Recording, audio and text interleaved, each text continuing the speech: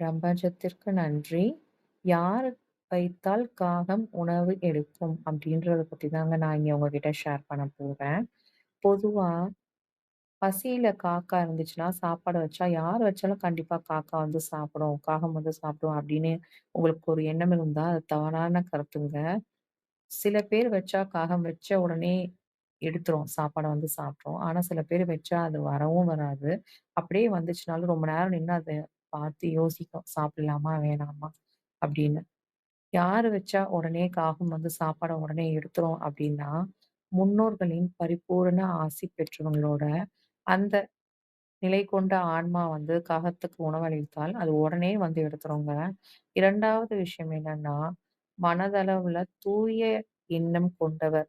மனிதர்களுக்கும் சரி, சுற்றி இருக்க நபர்களுக்கும், அனைத்து ஜீவராசிகளுக்கும், எந்த உயிருக்கும் கள்ளங்கபடம் இல்லாமல் தூய எண்ணம் கொண்ட ஒரு ஆன்மா காகத்துக்கு உணவு வைக்கும்போது, அது கண்டிப்பா வச்ச கணமே வந்து அந்த உணவ எடுத்து உட்கொள்ளும்.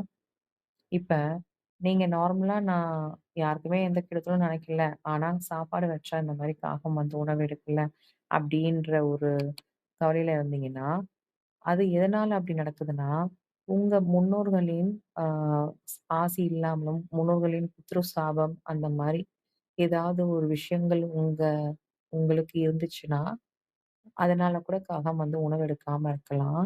அந்த முன்னோர்களுக்கு செலுத்த வேண்டிய அந்த பித்ரு கடன் அவங்களுக்கு செய்ய வேண்டிய காரியங்கள வந்து ஏதாவது நீங்க உங்க தலைமுறையில செய்யாம இருந்தீங்கனாலும், இந்த மாரி நடக்கலாம்.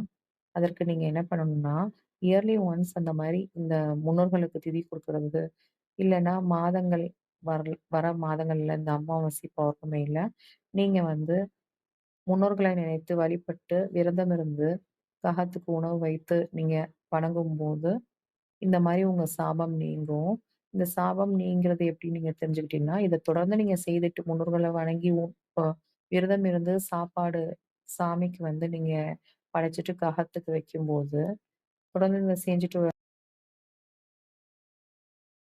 காகம் வந்து அந்த உணவ எடுத்து உண்ண ஆரம்பிக்கும்.